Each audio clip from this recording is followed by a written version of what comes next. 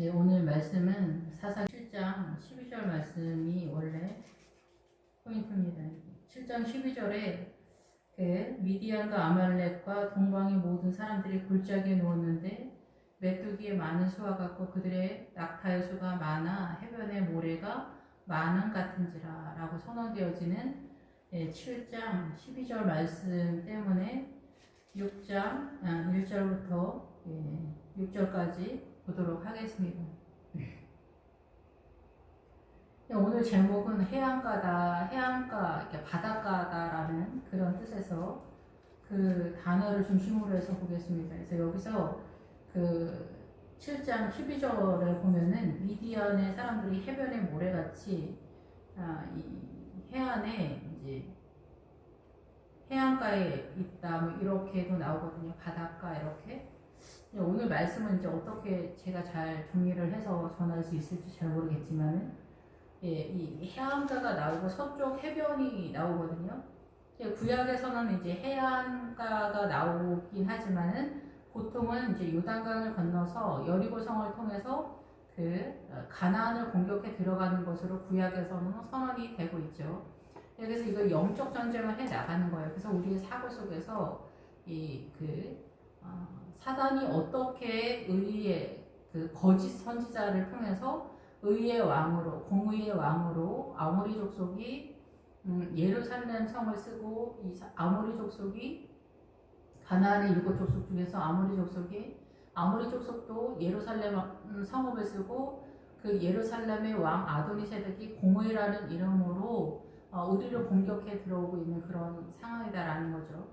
이렇게 공격해 들어오는데 그 전에, 요단강 전에 여기서 다 이제 넘어진다 이렇게 보는데, 그 요단강 전 단계가 미디안이다라는 거죠. 그래서 이거는 이제 거의 대부분 서쪽 해안가다 이렇게 표현이 되는데, 이 오늘 말씀은 이해가 잘 안 될 수도 있는데 영적 전쟁 하시는 분들은 잘 들으셔야 될 것이다 라고 이렇게 생각이 듭니다. 이 부분에서 많은 사람들이 나가 떨어지기 때문에 그런 건데, 이 서쪽 해안가 바닷가에 오게 되면은 어디를 만나느냐면은 신약 시대로 오면서 실제적으로 영적 전쟁은 우리가 요단강을 건너서 가나안으로 공격해 들어가는 내용을 띠고 있지만은 예수님의 십자가가 오면서 갈릴리 바닷가에서 예수님을 만나는 시점이 이 해안가예요. 바닷가.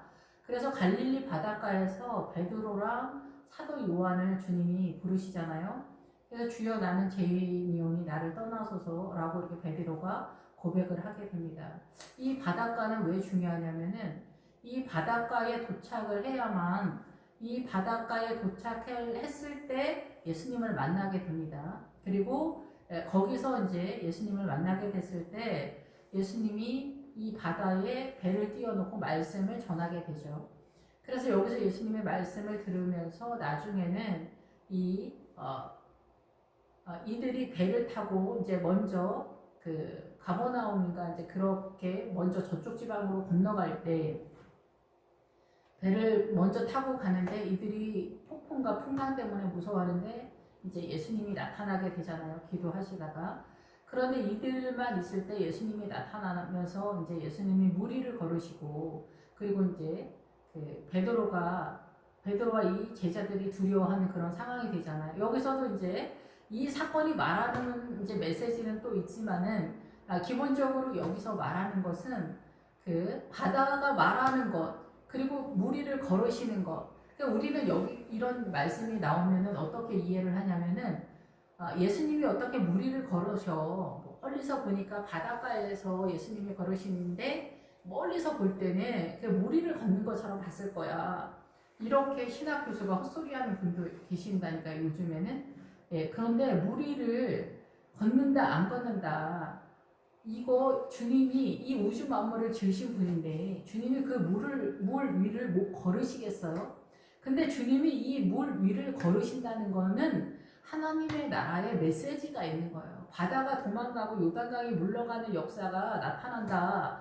이것이 시편 114편에 나타난다. 이 말씀이 뭔지 우리 잘 모르잖아요. 이 말씀들이 거기서 나타나는 거거든요. 이게 무슨 메시지가 있느냐 이런 건데, 오늘 그 맥락 속에서 우리가 이 바다에서 이 배에 띄어진 이 뱃속에 있는 이 제자들이 두려워하고 무서워하는데 예수님을 만나게 되잖아요. 그리고 파도를 잔잔하게 하고 바람을 잔잔하게 하잖아요. 이게 선언되어지는 기본 메시지는 뭐냐면은 주님을 경외하는 거예요. 주님을 의지하는 거예요. 범사에.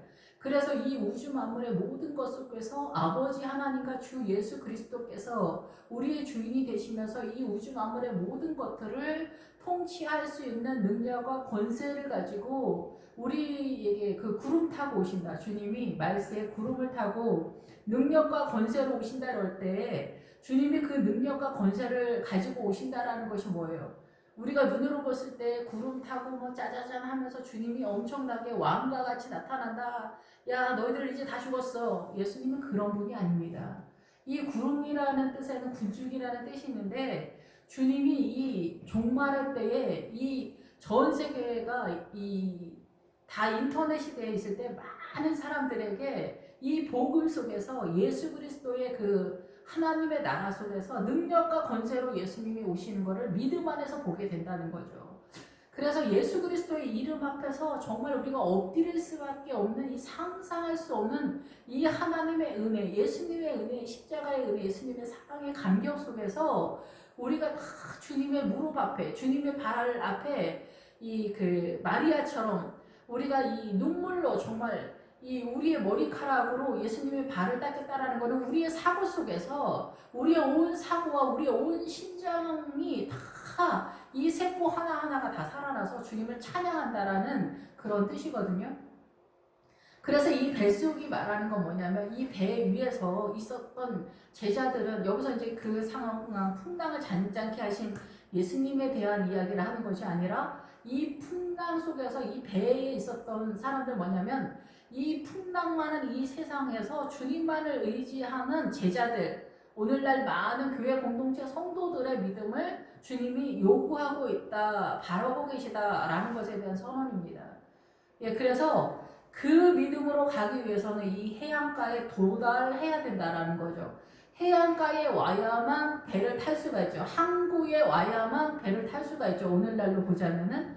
그래서 이 해안가는 굉장히 중요한 의미가 있습니다. 그래서 이 해안가는 뭐냐? 바로 갈릴리 바닷가라는 거예요. 그래서 예수님께서 부활하신 후에 내가 갈릴리로 먼저 간다라고 선언하는 거예요. 언제든지 모든 성도가 이 갈릴리 바닷가에서 주님을 만난다라고 볼 수가 있는 거죠. 주여 나를 떠나소서 나는 죄인이다. 이게 내가 죄인일 때, 내가 죄인인 것에 대한 인지가 생길 때 기본적으로 주님을 의지하는 신앙이 본격적으로 세워지는 이 믿음의 어느 위치다 이렇게 볼 수가 있습니다. 네, 그래서 오늘 마찬가지로 이 그 사사기 그 7장 12절에 보면은 이 해안가에서 우리를 공격하는 세력이 미디안의 세력이다라고 선언을 하고 있는 거죠. 그런데 많은 사람들이 이 미디안의 공격에서 이 해안가의 믿음까지 도달을 하게 되는데 여기서 다 잡혀먹는다는 거죠. 미디안한테. 우리가 미디안이나 암몬, 모압, 뭐 에돔이나 아니면은 그 블레셋 이런 세력들이 다 뭐냐면은 우리를 공격해서 잡아먹는 사단의 유형, 그리고 우리가 이런 이 사단의 속임수에 공격당해서 거기서 추락되어 있는, 그러니까 믿음에서 공격당한, 믿음을 제대로 서지 못하고 공격당하는 믿음의 유형이다 이게요. 그러니까 이거는 믿음이 아닌데 믿음의 스타일이다라는 거야. 미디안적 믿음의 스타일, 블레셋적 믿음의 스타일, 모압과 암몬적 믿음의 스타일, 에돔적 믿음의 스타일이 있고 에돔의 후손 속에서 아말렉의 후손이 있는 거예요. 그래서 여기서 우리가 제일 많이 쉽게 속는 세력이 이 해안가에 있는 거예요. 우리가 물과 성령으로 거듭나면은 홍해를 지나서 시내산 광야 언저리로 딱 투입이 되죠. 시내산이.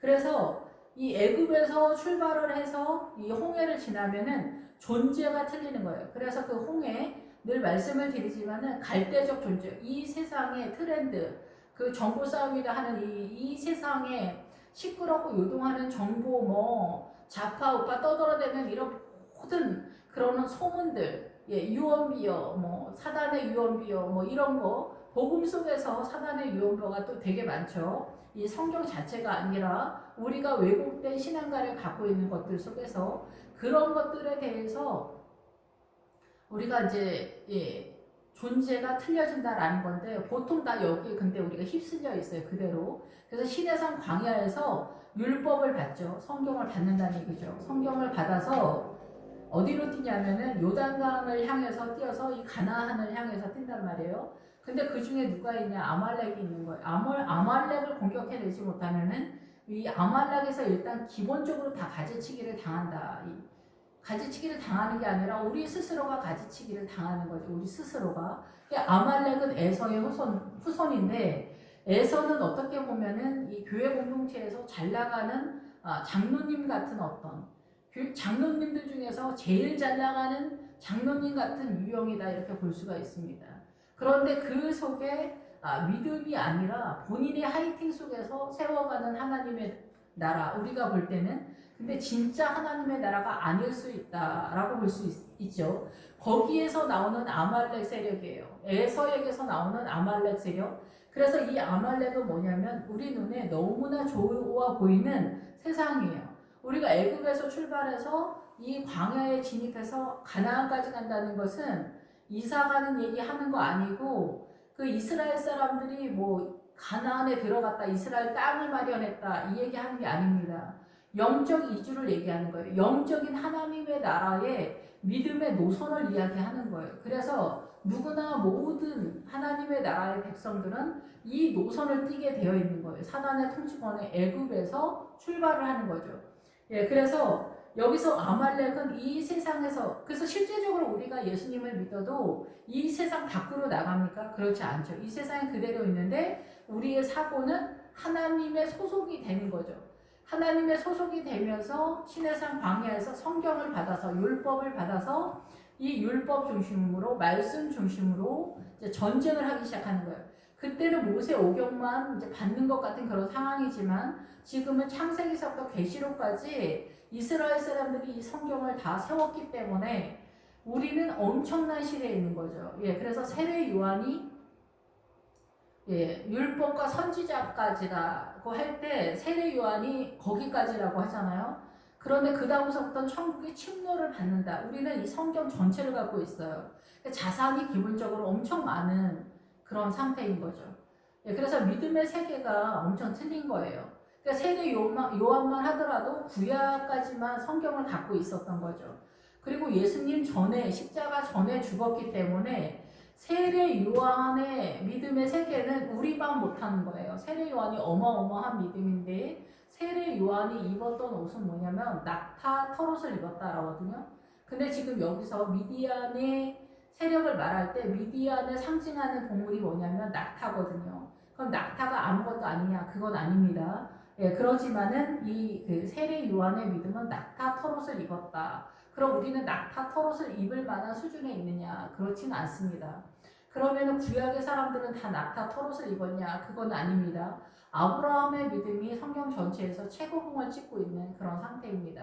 그래서 이 구약이라고 해서 믿음이 형편없거나 그렇지는 않습니다. 그러지만은 이 구약의 사람들이 믿음을 세워온 사람들이죠. 신약의 사람들도 믿음을 세워온 사람들이죠.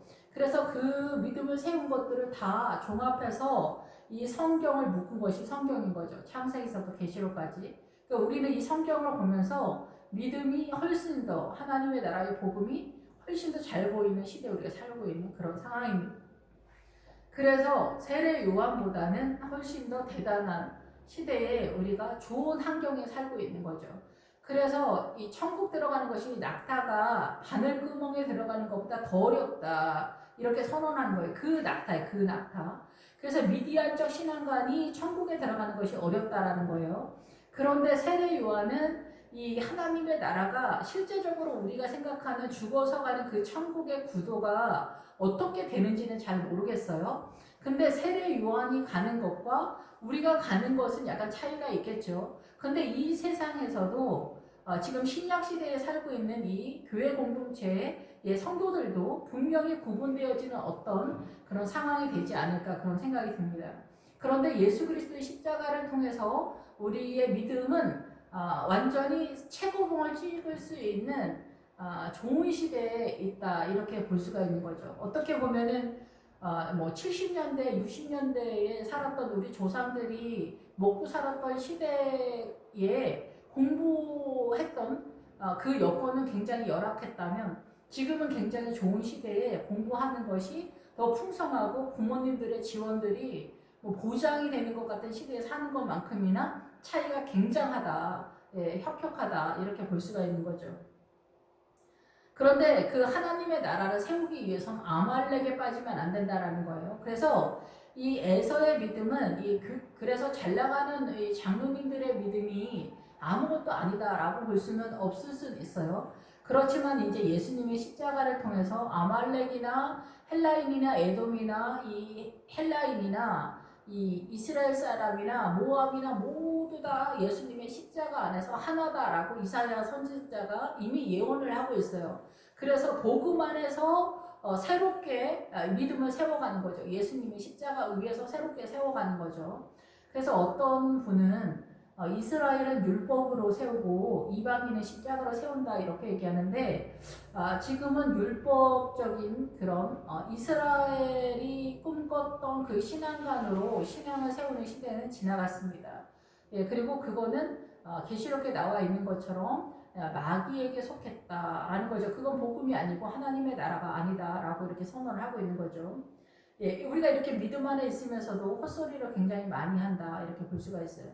그런 분들이 목사님이고 청년들을 가리키고 있습니다. 그러니까 믿음이 이게 자라갈 수가 없는 지경이다 이렇게 볼 수가 있는 거죠.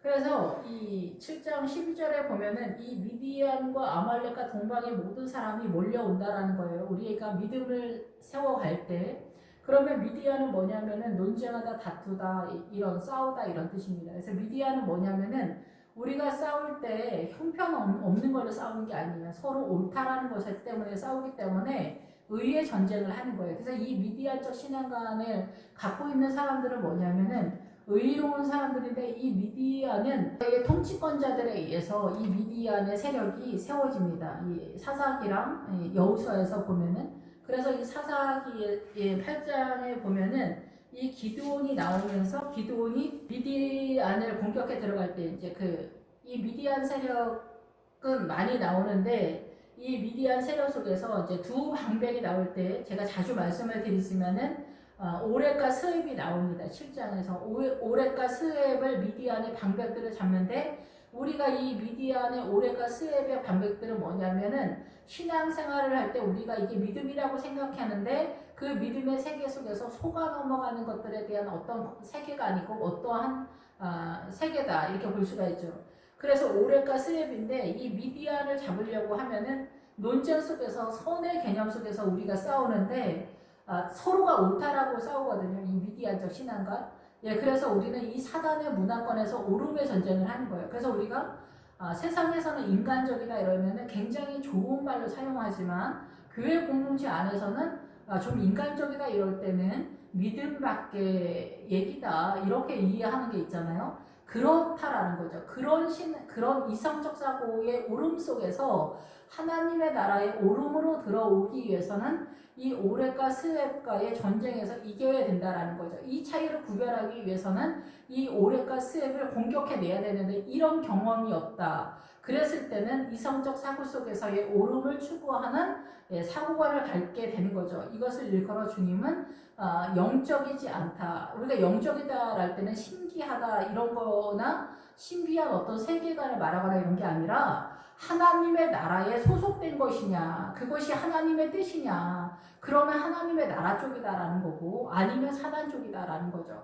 보통 우리가 영적이지 않다라고 이야기하는 거는 육적인 것이고 사단 쪽이라는 거죠. 사단 쪽도 영적이지만은 사단을 영적이라고 표현하지 않죠. 보통은 그냥 육적인 거가 그냥 사단 쪽이기 때문에 그냥 육적인 것으로 할 때 전체적으로 사단을 세력을 말한다 이렇게 볼 수가 있습니다.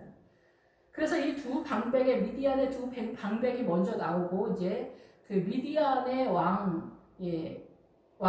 나오는데 그 미디안의 왕은 세바와 살문다가 나오죠. 그리고 5방백이 또 나오게 됩니다. 그런데 여기에서 그 오렙과 스웹을 먼저 설명하자면은 이 미디안을 설명할 때 미디안은 우리가 이성적 사고 속에서 오름의 사고관이다 이렇게 보면 돼요. 근데 이걸 어떻게 때려부실 수가 있냐? 이 오렙은 바위라는 뜻이고, 그래서 이 오렙은 이 깔까마귀는 반석에서 죽인다 이러거든요. 그래서 바위에서 죽인다 이렇게 돼요. 이렇게 25절에 7장 25절에 보면은 그래서 바위에서 어떻게 죽이냐? 이 바위 갖다 놓고 막 이렇게 때리면 되냐? 이게 아니겠죠. 바위가 나오면은 예수님을 상징하잖아요. 반석. 예, 그래서 우리가 말씀을 알면은 이 약간의 어둠인 까마귀 정도의 어둠은 말씀을 통해서 말씀을 깨닫는 것으로 이렇게 물리칠 수 있다라는 거죠. 살아계신 하나님을 분명히 믿으면 불교나 미디아, 무슬림이나 힌두교, 이건 사단의 세력이다라는 것을 본성적으로 예수님의 영에 의해서 딱 선언이 되잖아요. 예수님이 살아계신 하나님이다라는 것만 알아도 타종교가 종교가 아니라 이건 사단의 회다라는 것이 일단 선언이 되거든요. 그럴 정도로. 그래서 이 말씀만 알아도 저건 아닌데 라는 것들의 기본적인 것들을 물리칠 수 있다라는 거죠. 말씀만으로도 이렇게 물리치는 거예요. 그리고 우리가 보통은 말씀을 깨닫는 것이 약하기 때문인데 말씀을 깨달으면 깨달을수록 이 물리치는 이 사단의 사고관, 문화, 전통, 사상, 이념 이런 것들 아까 말씀드린 것처럼 아모리 족속의 아모리 족속 사단의 7족속 이 가나안의 7족속이 있는데 아모리 족속이 있는데 그 아모리 족속이 예루살렘을 쓰고 아도니 세덱이 왕인데 의의 왕으로 또 예수님하고 동일하게 나타났을 때 우리를 속이면서 나타났을 때 그것을 아모리 족속을 알게 되면 그거를 물리칠 수 있다라는 거죠. 이것이 문화 전통과 정치와 권세, 정사와 권세를 위해서 기도하라고 그러잖아요.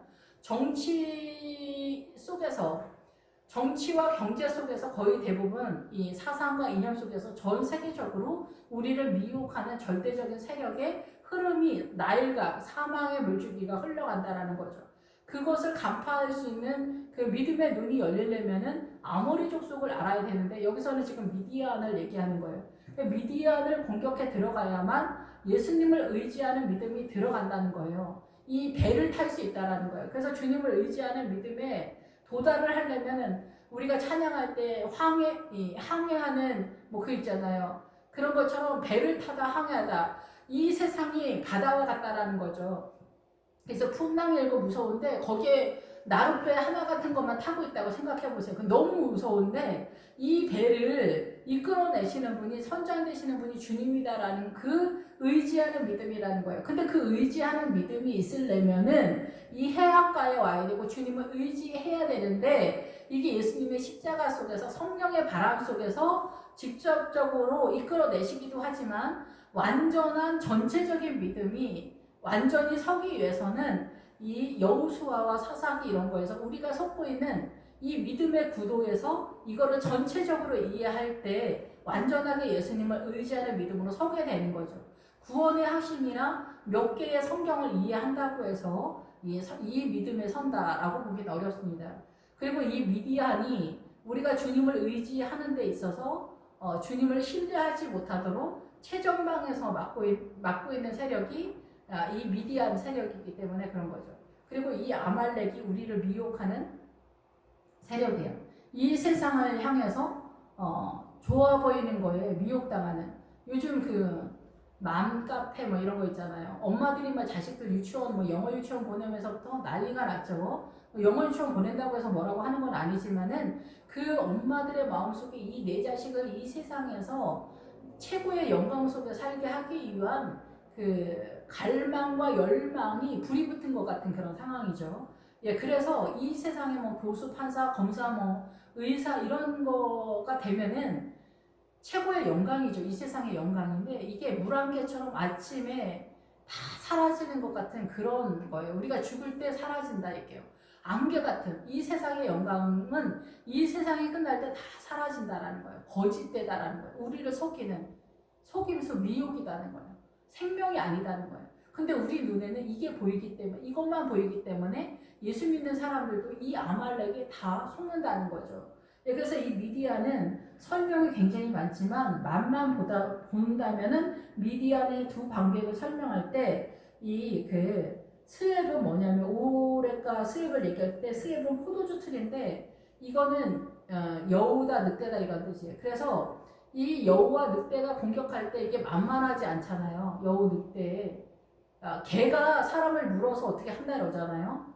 개가 사람을 물었으면 그거는 반드시 사형 처리를 해야 합니다. 살려주면 안 됩니다. 요즘 개가 무슨 우리 아이다, 큰 아이다, 선전에도 막 이렇게 나오는데 개를 함부로 취급하면 안 되지만은 동물이 사람을 물면은 반드시 살인을 해야 합니다. 예, 그거를 사형 처리를 해야 합니다. 사람을 해코지를 했다. 사람이 사람을 해코지를 해도 이게 법정 제재가 들어가고 거기에 대한 응당한 처벌이 되고 살인을 했을 때 살인으로 사형 처리하는 경우가 있는데 동물이 사람을 물었는데 그것을 우리 개는 원래 안 그런데 우연히 한 번만 이랬다. 이렇게 하는 세상이 됐다는 거예요. 분별이 없는 그런 시대가 됐다라는 거죠. 여기에서 그래서 늑대나 개가 물었을 때 우리는 이기기가 매우 어렵다라는 거죠. 이게 물려서 이제 난리가 나는 그런 상황이라는 거죠. 이랬을 때 그럴 만큼 강력한 고난에 우리가 사단한테 물려서 여기서 빠져나가지를 못한다라는 거죠. 이런 상황이 어떻게 나타나냐면 포도주 틀이다. 이게 고난이라는 거죠, 고난. 근데 여기서 하나님의 은혜가 아니면 우리는 이 고난에서 대한민국 사람들이 한이 많다 이렇게 얘기하잖아요. 근데 이 한이 많은 것 같은 절망과 고난과 처절함과 이 악한 삶의 내용 속에서 이 포도주 틀을 밟으면 어떻게 돼요? 피가 나오는 것 같잖아요. 그래서 피가 마르고 뼈가 마르는 것 같은 상황인 거예요. 그 속에서 주님을 의지하게 되는 거예요. 왜냐하면 내 힘으로 안 되니까 주님의 이름을 그때서야 부르는 거예요. 주님 살려주세요. 도와주세요. 회개가 나오는 거예요. 그래서 이 고난 속에서 하나님의 나라가 세워져 가는 거예요. 고난이 없으면 내 나라가 세워지거든요. 사단 나라에서 내 나라를 세우는 거예요. 그래서 우리는 웬만한 고난에서는 내 나라, 내 신앙이 되는 거예요. 김집사 나라, 이집사, 김장로님 나라, 이게 태반인 거예요. 사실상 하나님의 나라가 아니라 우상숭배의 믿음이다. 주님은 그렇게 말씀하신다라는 거죠. 이런 흐름 속에서 미디안의 세력이 가는 거예요. 이 외에도 더 많이 있습니다. 스바와 살문나가 있고 이 스바와 살문나를 잡는다. 것이 굉장히 어려운 거죠. 눈에 보이지 않기 때문에 이 사단의 세력에서 우리가 자서성가하고 최선을 다해서 노력하는 그 성과로 얻은 이 세상의 영광이 스바와 살문다의 영광이거든요. 우리는 이것이 최고봉이잖아. 이 세상에 살면서. 그리고 이제 다섯 박병이 더 있습니다. 그래서 미디안을 잡는 것이 어려운 거예요. 그 가나안의 믿음으로 들어간다라는 것은 오직 하나님의 은혜로 나아간다라는 것은 어렵습니다. 그래서 그럼 어떻게 살아? 이 미디안이 말하는 건 뭐냐면 주님으로 살아야 된다라는 거죠. 그러기 위해서는 이 말씀을 깨달아서 주님의 나라를 세워야 되는 거예요. 주님으로 내가 충만해져 가야 되는 거예요. 하나님께 영광 돌린 데다가 뭐냐면 생각과 의견을 주님께 돌린다는 거예요. 내 생각을, 내 의견을, 내 사고를, 나의 정서를, 나의 가치관을, 나의 마음을, 나의 심장을 주님께 드린다는 거예요. 그냥 무조건 내 심장을, 내 마음을 주님께 드린다가 아니라 주님의 나라를 말씀을 통해서 깨달은 것을 알게 되어지는 거예요. 생각보다는 이게 쉽지 않습니다. 그래서 가나안의 7 족속 중에서 여부수 족속이 있는데 그게 타작마당이라는 뜻이거든요. 그게 뭐냐면은 이 성경을 전체적으로 안다라는 거예요. 결국은 그것은 예수님의 십자가를 통해서 부활의 신앙을 알게 될 때, 예수님을 부활의 신앙으로만 전하는 교회가 있더라고요. 그런데 그렇다고 해서 그렇지는 않아요. 그렇다고 해서 꼭 그런 건 아니고 그 뭐 믿음은 다 뭐 여기서도 조금 저기서도 조금이니까 모르겠지만은 고난을 경험하지 않는데 부활 신앙으로 들어간다? 그거는 제가 이해하고 있는 신앙에서는 있을 수가 없어요.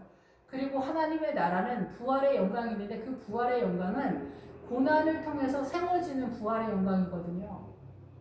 그래서 이 고난은 뭐냐면 내 안에 있는 어둠을 뽑아내야 되는 거예요. 그냥 내가 부활의 주님만을 신뢰한다고 꼭 되는 건 아닌데, 모르겠네. 또 어떤 사람은 또 딱 되는지 어쩐지 모르겠지만, 제가 성경을 이해하기로는 그렇습니다. 그래서 이 사사기 7장에 아말렉은 그렇고 동방의 모든 사람들이, 동방 쪽에서는 뭐냐면은 이 사단 쪽이다 이런 뜻인데, 이 동방 박사가 나타나게 되잖아요. 그 그 동방박사가 나타나서 황금과 유황과 모략을 이 예수님과 이 어머니 마리아한테 드린단 말이에요. 그 황금과 유황과 모략의 메시지가 있는데 여기서 동방박사가 온다는 거예요. 예수님을 영접하는 가장 큰 대표성을 띠는 사람들이 동방박사. 그 동방박사가 뭐냐? 여기서는 이방인을 말하는데 거기서도 이방인이죠. 그래서 예수님의 십자가와 부활의 사건을 예표하면서 예수님의 부활의 신앙에 동참하는 예표되어지는 세력들이 누구냐? 이방인이다라는 사인이죠. 동방박사들이 황금과 유황과 모략의 신앙을 주님께 드린다. 그리고 어머니 마리아가 교회를 상징하잖아요. 그러니까 교회가 예수님께, 아버지 하나님께 이 동방 사람들이, 그러니까 이방인들이 세계 열방에 이 형편없는 우리와 같은 이방인들이 예수님을 찬양하는 황금과 유황과 모략을 주님께 내어드리는 그 신앙의 내용들을 이미 동방 박사들을 통해서 예수님이 이 땅에 오셨을 때 주님을 영접하는 것으로 이미 예표를 하고 있는 상황이다, 이렇게 볼 수가 있습니다. 그런데 이 미디안과 아말렉과 동방의 모든 사람들이 골짜기에 누워있다. 이 골짜기에 누워있다라는 것은 자리 잡고 있다라는 건데, 골짜기는 사실 고난의 골짜기거든요. 이 미디안의 세력으로 들어가는 것 되게 쉬운 게 아니에요. 지금 우리나라가 약간 미디안적 성향이 좀 있는 것 같아요. 이렇게 착한 척 하면서 뭐 국뽕에 있어가지고, 이게 자뻑인데, 뭐 남들이 볼 때는 어떤지 모르지만 여전히 대한민국의 사기와 속임수와 투자의 사기 뭐 이런 거는 엄청나죠. 예. 민주당 속에서 투자 사기는 팀으로 다 많이 이루어지고 있는데, 여기 골짜기는 사실상은 고난을 통해서 세워가는 하나님의 나라의 구도예요. 그런데 이 미디안의 세력은 이 낙타로 나타나거든요. 그래서 이 낙타가 나타나는 것은 사실상은 세상에 짐을 지면서 인내하다, 이런 세력에서 낙타의 믿음까지 오는 것도 사실은 믿음이 형편없지는 않아요. 이 낙타의 믿음까지 왔으면 누가 봐도 훌륭한 크리스찬이다라고 할 때 이 낙타 미디안의 세력에 진입됐다, 이렇게 보는 거예요. 그래서 이 낙타는 이 세겜 땅이 이 낙타 하몰, 야곱의 딸 디나가 강간당한 자리가 이 세겜 땅이고 하몰의 아들 세겜한테 그런 상황이죠. 그래서 거기는 이제 구원의 장소다, 이렇게 보는 거예요. 나귀가 나오는 자리이기도 하면서, 그래서 예수님께서 종려주일이죠, 이제. 그래서 이제 그 성례전이 나오면은 성례가 말씀을 띠는 거잖아. 받아 먹으라, 받아 마시라. 예, 성례는 이 말씀 예배 때, 예배 자체가 이제 성례잖아요. 빼어 먹으니까. 그러니까 우리가 이제 못 알아들으니까 이제 주님이 떡을 주면서 예표를 해주시는 거고, 우리가 이제 그거를 직접적으로 이제 하고, 실제적으로는 말씀 속에서 성찬이 이루어지는 거죠. 그래서 세겜 땅은 애굽에 속한 세겜 땅이 있지만은 그 이스라엘에 속한 그 가나안 쪽으로 올라가면서 있는 세겜 땅이 있는 걸로 제가 알고 있는데, 그래서 이 요셉이, 야곱의 아들 요셉이 세겜 땅에 이제 출애굽을 했을 때 그 세겜 땅으로 들어가는 거죠. 그 가나안 쪽으로 들어가는 세겜 땅. 그래서 거기서 디나의 이름이 의라는 뜻이에요. 의. 그래서 우리가 이 예수님이 종려주일에 그 나귀를 타잖아요. 그 예루살렘의 성에 들어갈 때 나귀. 그래서 나귀가 나올 때는 부글부글 끓어오르다. 이제 포도주도 그런 뜻인데, 우리가 이 부패해서, 사단한테 부패해서 그 부패한 세력 속에서 이 구원으로 가는 그 은혜에 대한 전반적인 것들을 선언하는 것 같아요. 이게 온전한 건 아니에요. 우리가 볼 때는 구원으로 달려가기 때문에 구원의 믿음이 최고라고 생각하지만은, 아가서에서 보면은 너의 사랑은, 그러니까 너는 이 포도주보다 승하다, 이렇게 표현하거든요. 이 솔로몬에 대해서, 술람미 여자가. 그러니까 우리는 구원의 믿음 때문에 뛰는 건데 그게 포도주죠. 근데 실상은 예수님의 사랑 때문에 나중에 항복을 하는 거거든요. 그래서 이 마리아도 예수님을 이 머리카락으로 닦잖아요. 이 머리카락이 사고다, 이게 우리의 생각이라는 거예요. 그러니까 마리아는 기본적으로 교회 공동체를 말하는 거예요. 그러니까 성도가 이 사고 속에서, 우리의 생각 속에서 주님께 영광을 드리는 거예요. 주님의 그 십자가의 사랑과 우리의 삶 속에서 우리를 인도하시는 주님의 그 사랑, 성령의 바람 속에서 그 은혜의 감격을 주님의 발밑에 엎드려서 내 생각으로 그 발을 씻는 거예요. 눈물로 감사하는 거죠. 예, 그런 상황인데 이 낙타가 나오고 나귀의 세력과 낙타의 세력은 약간 차이가 있어요. 낙타는 훨씬 더 고급진 그런 세력인 건데 이 낙타가 이 미디안 세력을 대표하고 있는 동물이에요. 그래서 이 고난의 세월을 지고 그래서 이 야곱의 아들 요셉도 최고의 믿음의 수준은 뭐냐? 이 세겜 땅이었다는 거예요. 그런데 우리는 지금 예수님의 십자가 속에서 그 이상으로 달려갈 수 있는 아브라함의 믿음에 도달할 수 있는 그 시대에 우리가 살고 있다. 왜냐하면 성경이 창세기서부터 계시록까지 이미 세워진 상태에서 예수님의 십자가와 성령의 바람 속에서 우리가 살고 있기 때문에 그렇다라는 거죠. 그리고 이미 2000년을 통해서 이 성경이 전 세계에 복음이 전파가 되면서 이 성경에 대한 사전이나 이런 것들이 다 발달이 됐어요. 그래서 이 성경 하나하나 다 기본 어근이나 이런 것들이 다 발달이 됐어요. 물론 기본 어근을 안다고 해서 성경이 해석되는 건 아니지만은 오늘날 제가 깨닫기는 이제는 성경을 깨닫는 시대가 온 거가 아닌가. 그것이 그 구름을 타고 영광과 능력으로 오시는 예수님을 보는 시대다.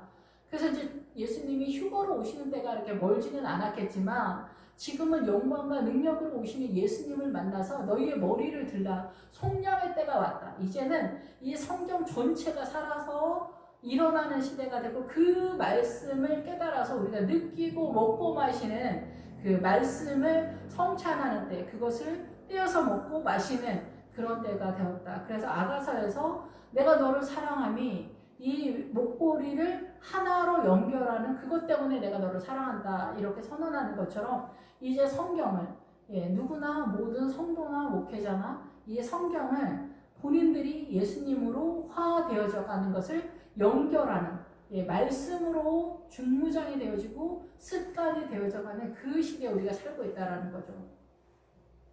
근데 이 골짜기를 지금 설명하고 있는 건데 왜 골짜기가 나오냐면 이 미디안적 신앙관도 아무렇게나 세워지는 건 아니다라는 거죠. 아말렉을 공격해 들어갔을 때 이 미디안에 선다 이렇게 볼 수가 있습니다.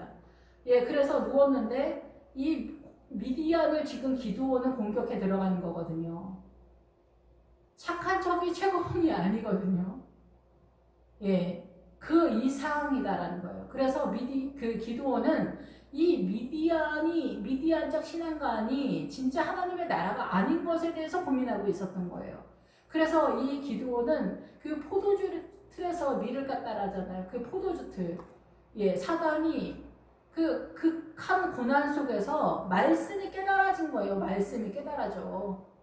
성도님들도 그러죠. 고난 속에서 집 나갔던 아들, 속 썩이는 아들, 바람 피우는 남편, 무기력한 남편, 백수신랑들이 그 아내에 눈물 뿌려 기도하는 그 기도 속에서 어떻게 됩니까?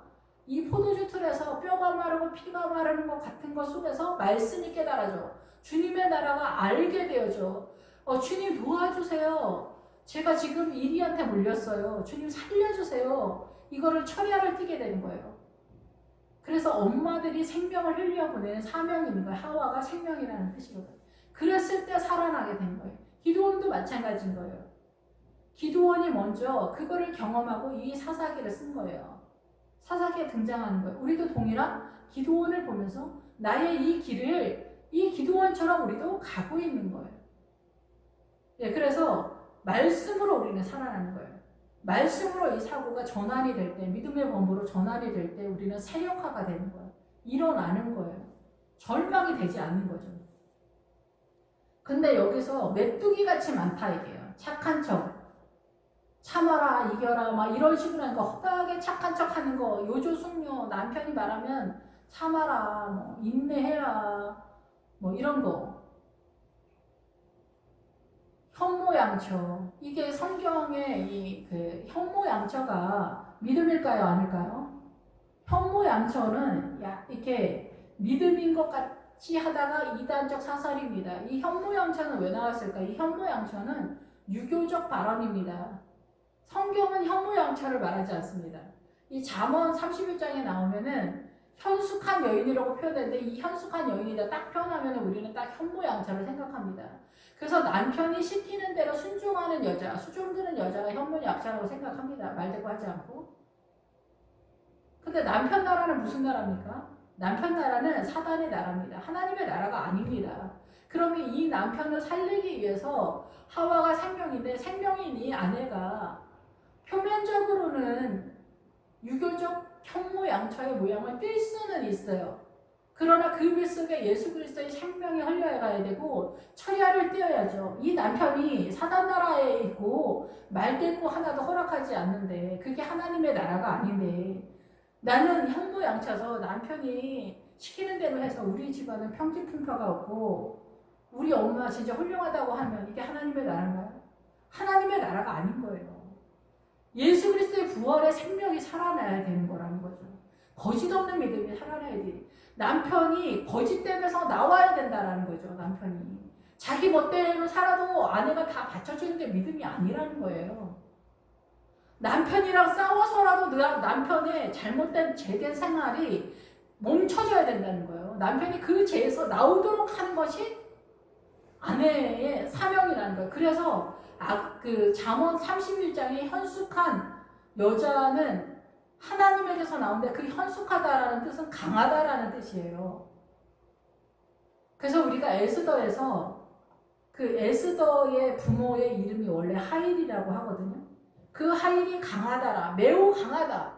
강하다가 누구예요? 하나님이죠. 원래 에스더의 이름이 하다사예요.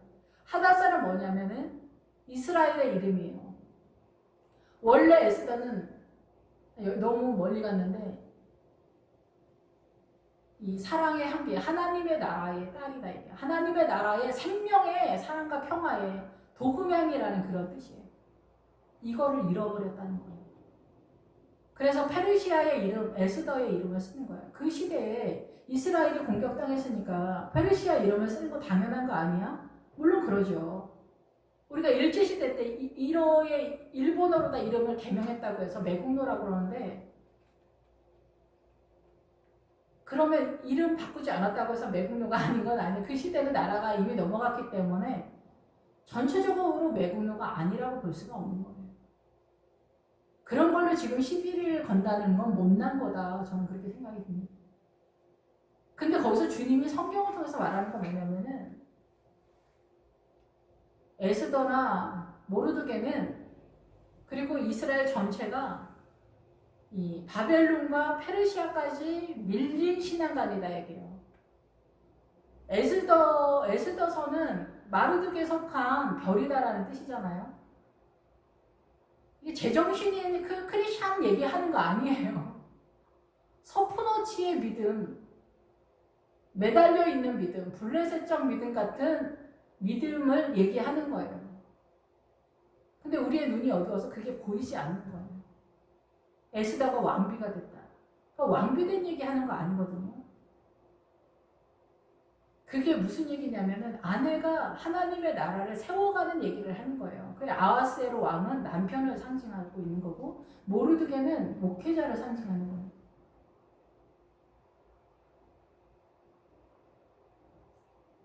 그래서 우리의 믿음이 보기에 좋아 보인다고 해서 하나님의 나라가 아니다라는 거예요. 그래서 잠언의 현숙한 여인은 하나님의 나라의 생명수를 끌어오는 여자라는 거예요. 그래서 때를 따라 양식을 나눠주는 여자. 이게 목회자죠. 때를 따라 누가 양식을 나눠줄 거냐. 목회자죠. 아내의 사명은 자기 가족들을 때를 따라 양식을 나눠주는 생명의 딸이다. 부활의 신앙을 끌어오는 여자. 기도로. 말씀으로. 말씀과 기도는 하나로 연결되어 있죠. 목회자는 교회 성도 전체. 그거를 하는 여자가 현숙한 여자. 남편이랑 육박전을 뛴다고 하더라도 생명을 끌어오는 거. 남편이 잘못해서 말해줘야지. 당신 이러면 죽어. 당신 이러면 지옥 가. 왜 쟤를 무서워하지 않아? 말해줘야죠. 그런다고 남편이 말을 듣지는 않아요. 절대 영원히. 그렇지만 말을 해줘야지. 그리고 주님께 기도를 해야죠. 아닌 건 아닌 걸로 알고 있어야죠. 남편이 바람펴도 가만히 있는 게 현모양처입니까? 내가 참고 있으면 최고의 여자입니까? 당신 그러면 교회 다녀도 소용없어. 얘기해줘야죠. 그리고 하나님께 철야를 떼야죠. 주님 앞에 나가서. 주님 해결하시라고. 천년을 잔소리한다고 해서 남편이 말 듣지 않아요. 에스더에서 3일 금식하잖아요. 밤은 3일 금식이에요. 그 마인드다라는 거죠.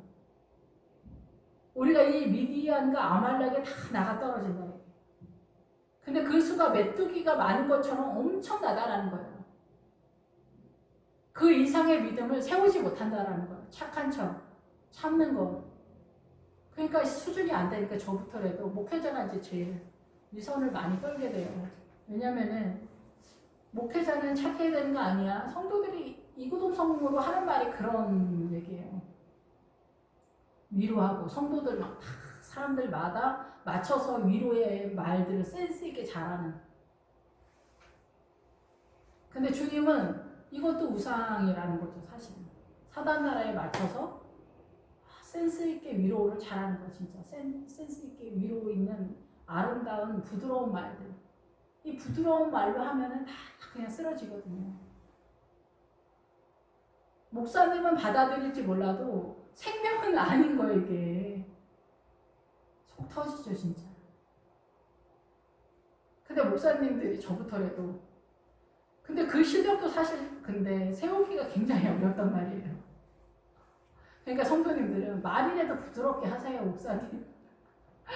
근데 저 같은 말이라도 부드럽게 못하니까 위선을 떠는 건 어떻게 돼. 근데 이게 막 삑사리가 나는 거야. 막 실력이 안 되니까. 위선을 떠는데도 이게 삑사리가 나는 거야. 안 되는 거야. 그 이상은 꿈도 못 꾸는 지경같이 되는 거야. 이게 복음을 전해주면은 더 튕겨져 나가는 거야, 성도님들이. 그러니까 우리가 어떻게 보면 가짜 목회 같은 것들이 굉장히 많아요. 반 이상. 성도들이 나갈까봐. 근데 주님은 너무 안타까워 하시죠. 절에서는 아무것도 안 됩니다. 성도들한테 막 복음이라고 막 우겨 넣어주면 복음이냐? 그건 아니에요. 그것도 아니에요. 그러니까 이것도 아니고 저것도 아닌 거를 다 경험해야 우리는 가만히 있는 실력이 돼요. 이 가만히 있는 실력도 보통 수준이 아닌 거거든요. 여기에 와야 주님만이 가능하구나. 내가 하는 거는 가짜구나. 나의 최선은 가짜구나. 나의 최선은 다 사라지는 거구나. 모래 위고는. 그래서 금과 보석은 불이 지나가는데 사라지지 않는 거잖아요. 예수님으로 세워진 게 금과 보석이죠. 주님으로 세우지 않고 내가 최선을 다해서 화이팅해서 세운 거. 그래서 우리는 성도님들이 야속하다고 생각하거든요. 목회자들은. 내가 진짜 생명 다해 섬겨줬는데 어떻게 집사님이, 장로님이 나한테 이럴 수 있어. 어떤 목사님은 진짜 새벽 예배 한 번 안 빠지면서 생명 다해 교회를 섬겼는데 내쫓아버린 거예요. 목사님이 이제 나이 늙고. 늙어가지고 설교하는데 천천히 말하고 듣기도 싫고 짜증나고 설교도 좀 이렇게 쌈박하지 않고 보기가 싫은 거예요. 늙은 할아버지가. 그래서 내쫓아버렸어요. 성지순례 갔다 오라고 하고 나서 교회를 다 정리를 해서 공항에서 목사님 퇴직 처리됐습니다 라고 장로님이 가서 말했다는 거 아닙니까? 근데 그 목사님이 너무 충격을 받아가지고 눈이 실명이 됐대요. 실제 사건이라니까요. 근데 그 실명된 목사님도 어떤 면에서 문제야. 사람은 원래 그래요. 사람은 원래 죄인이라서. 너무 가슴 아프죠. 너무 놀라서 실명이 될 정도로. 우리는 그래요. 성도님도 그래요. 성도님들도 그래요. 우리는 하나님을 믿고 있는데 우리는 이렇다니까. 우리의 실력이 이렇다니까. 예수님을 십자가에 못 박는 실력보다 더 대단하지 않아요? 목사님을 내쫓는 실력이니까. 육신의 아버지를 내쫓는 것보다 더 대단한 실력이죠. 우리가 죽어서 천국 갈 건데 그 하나님 아버지가 보낸 목회자가 보기에 물꼴이 별로라고 내쫓아버렸거든요. 그리고 나서 천국을 간다고 우리는 설치고 다녀요. 그리고 아버지한테 말하는 거예요. 아버지 하나님께. 주님이 보낸 저 목사님 너무 들떨어졌어요. 눈 뜨고 못 봐주겠어요. 그래서 우리가 너무 오죽하면 우리가 내쫓았겠어요?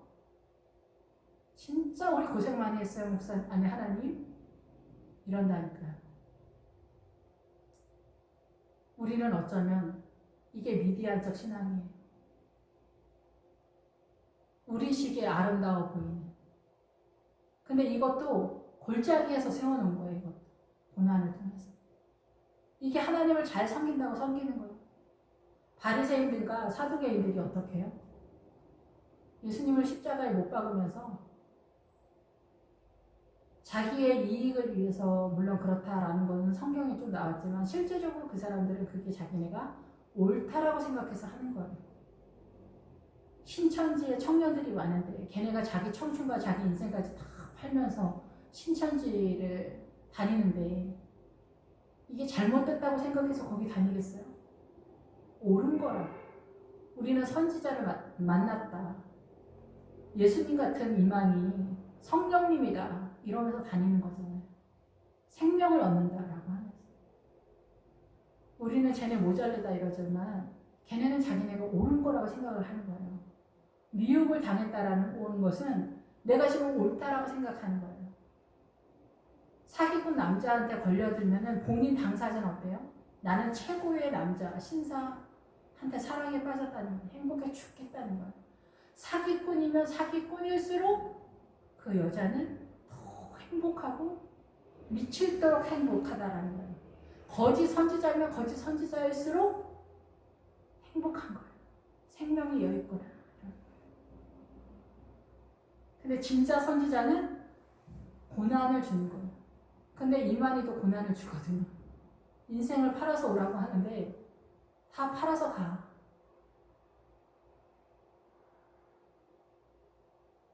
그래서 골방에 있어도 광야에 있어도 그리스도가 아니라고 주님 말씀하시는 거예요. 그들이 낙타의 수가 많아 해변에 모래같이 많다는 거예요. 근데 목회자들이 이 미디안에 갇혀 있는 거예요.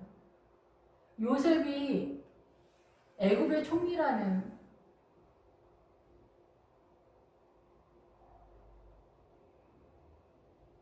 우리 요셉을 애굽에서 출세했다라고 이렇게 생각을 해요. 아니에요.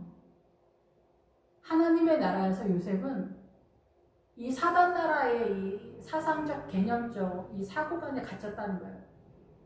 사단의 세계에서 선의 개념에서 최고봉이라는 거예요. 물론 하나님을 따르지만은 이 사단의 통치권에서 벗어나지 못했다. 가나안으로 들어가지 못했다라는 거예요.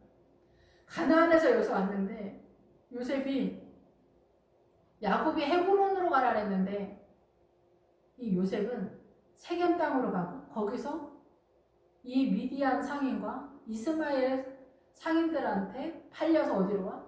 요셉이 애굽으로 내려오는 거예요. 그 요셉은 그래서 인간적으로 정말 아름다운 사람이에요. 정말 흠이 없는 사람이라고 볼 정도로 아름다운 사람이죠. 근데 이 요셉이 가지고 있는 이 신앙과는 이 사단의 이 세계를 넘어가지 못한 거예요. 근데 예수님의 시대가 와서 지금 우리는 이 사단의 통치권 밖으로 나가는 거예요.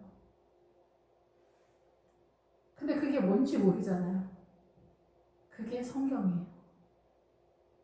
근데 우리는 문자적으로 부패한 정신으로 성경을 보니까 요셉이 애굽의 총리가 됐대 이러는 거예요. 요셉이 애굽의 총리가 됐대 이렇게 보는 거예요. 애굽에 속한 총리라고요. 사단 나라의 총리라고요. 아무리 대단한 믿음이어도 사단 나라의 이 가치관 속에 갇혀있다 얘기해요. 세상 없는 믿음의 사람인 것 같은데 애굽의 사공 안에서 나가지 못하고 있다는 거죠. 그래서 예수님 십자가 시대는 더 고난을 통해서 이 세상의 원리 속에서 하나님의 나라를 세워가지 않아요. 그래서 주님은 고난 속에서 하나님의 나라를 세워가요. 그래서 부활 신앙만 외치는 어떤 교회는 조금 위험하다 볼 수 있어요. 미디안적 신앙을 외치는 사람들은 하나님의 역사가 없느냐? 그렇지 않죠. 블레셋적 신앙관을 외치는 사람들은 하나님의 역사가 없냐? 그렇지 않죠. 블레셋은 하나님이 살아계신다. 구원의 확신 가지고 있는 사람들이 블레셋적 신앙관이에요. 주님은 분명히 살아있어서 홍해를 지나서 이 광야에 투입돼서 성경 갖고 있는데 말씀을 깨닫지 못해서 세상적 가치관으로 하나님의 나라를 이해하고 이 세상을 살아간다 얘기해요. 그래서 그 가정이 블레셋의 5 방벽으로 되어 있어요. 가사와 가드 이런 것들이 다 그런 거예요. 우리의 가정 속에서 세상적 가치관으로 집안이 통솔되고 교회 공동체도 목회자가 그러면 교회 공동체도 그런 식으로 통치가 된다는 거죠. 아버지가 믿음이 없으면 어때요? 예수 믿지 않는 아버지가 예수 믿지 않는 나라는 어떻습니까? 지금도 무슬림이나 힌두교 이런 데 양반 쌍놈이 그대로 있잖아요. 무슬림 같은 경우는 아내가 말을 안 들으면 손목, 발목까지 잘라요. 법적으로 아내 4명까지 두고 어디서 남편한테 말대꾸를 합니까? 보자기 쓰고 다니잖아요.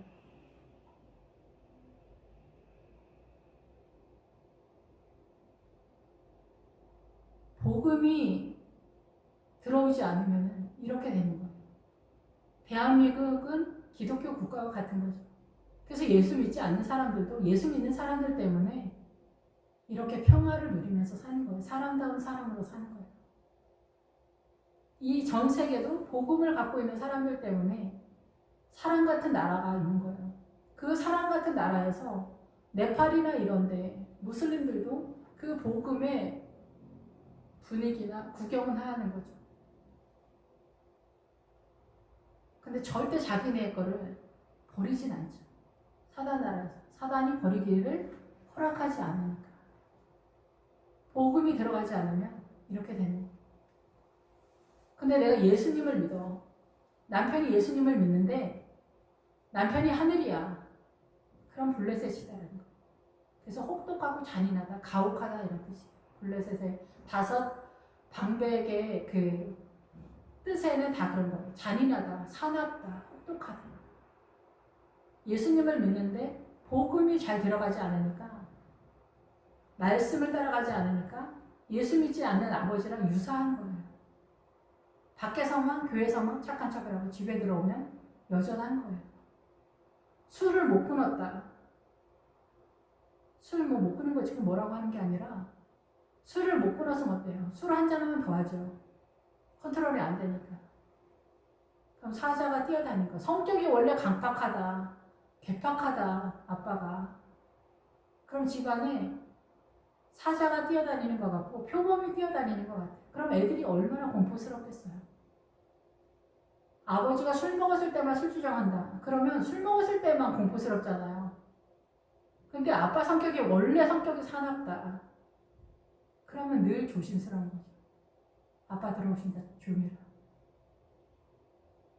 그러면 이제 중학교 되면은 자기방에 들어가서 문 닫아가는 거죠. 아버지랑 말하지 않는 거죠. 근데 아버지는 왜 저러는지 이유를 모르는 거예요. 그리고 화내죠. 아버지 들어오셨는데 인사를 안 해? 아버지가 누구 때문에 일하는데? 막 이러면서 소리 지르면서 또 사자와 표범은 뛰어다니는 거예요. 그러니까 우리는 급한 대로 엄마들에게 현모양처를 구하는 거예요. 입 조용히 해. 말대꾸 하지 마. 그러는 거죠. 그러니까 애들은 엄마랑 편먹는 거지, 이제 그러면서. 그래서 이 낙타의 수가 해변에 모래가 많은 같은지라.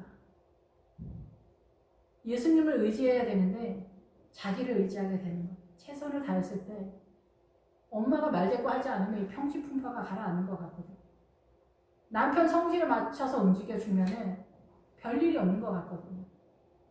그리고 우리 마누라는 잘 참아 착해. 내 못된 성질 다 받아주고 이 영광을 누구에게 돌려요? 마누라한테 돌리는 거예요.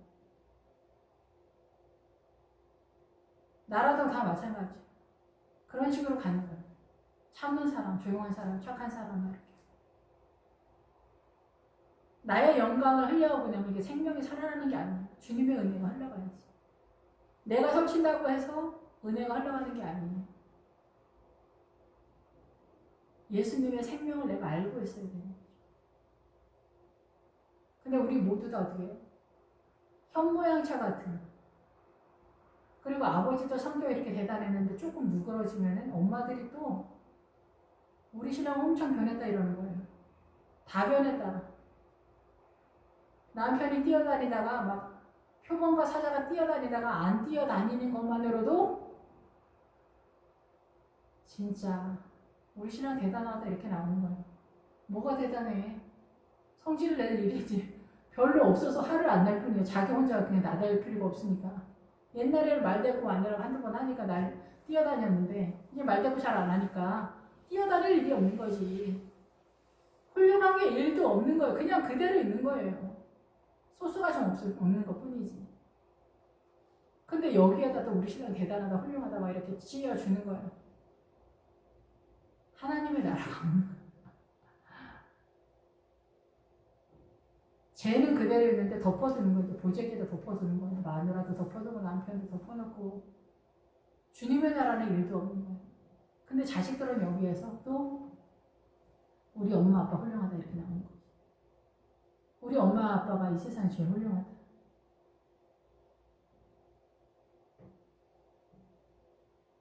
여기서 잘 먹고 살만하다. 이제 집안이 먹고 살만하다. 여기서 어떻게 하나님의 나라가 세워질 수가 있습니까?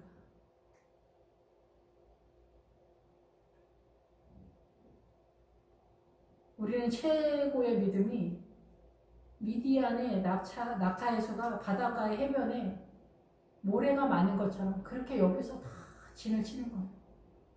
예수님을 의지하지 않는 거예요. 갈릴리 바닷가에서 그 제자들이 배를 탔잖아요. 너무 무섭죠. 근데 그 바닷가에서 주님의 말씀을 들었을 때 그 배를 탈 수 있어요. 주님만 의지하고 항해하는. 제가 개척했을 때 이 앞에 가지도 못해. 주님 뜻대로 살겠습니다. 이 말이 안 나와요. 너무 무서워서. 우리는 그래서 아버지의 뜻대로 사는 게 너무 무서워서 돌짝밭 어딘가에서 안주하고 있거든요. 가시떨기바에 되는 진입이 못합니다. 무서워서. 옥토밭에 못 들어갑니다. 착한 척이 30배, 60배, 100배가 아닙니다.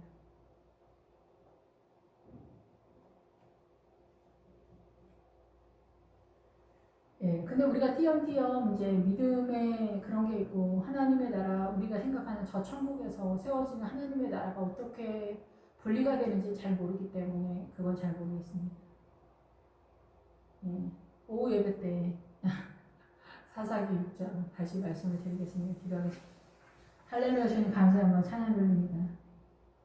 저도 늘 욕심이 났던 이 미디안적 신앙감 그때는 정말 착하고 잘 참고 입 다물고 어떻게든 주님의 뜻에 순종하면서 사람들에게도 잘 맞추는 아름다운 하나님의 사람이 되고자 했는데 그것이 어느새 보니까 하나님의 나라가 아니라 이 사단 나라의 우상적 믿음이었습니다. 내 나라였습니다. 나의 신뢰 속에서 나의 최선을 다해서 세우는 나라였던 것을 보게 됩니다. 물론 그것도 수준이 되지 못하지만은 이 가치 없는 것들을 내어버리고 이제 오직 예수님으로만 세워지는 하나님의 나라가 저와 모든 성도와 그리고 예수 생명교회에 그리고 이 대한민국과 전 세계에 구름을 타고 오시는 예수님의 그 능력과 권세를 타고 오시는 예수님을 머리를 들어서 그 성량의 은혜를 경험하는 이 시대에 먹이를 드릴 수 있도록 축복하여 주시옵소서. 주님 감사드립니다. 예수님의 이름으로 기도했습니다. 아멘.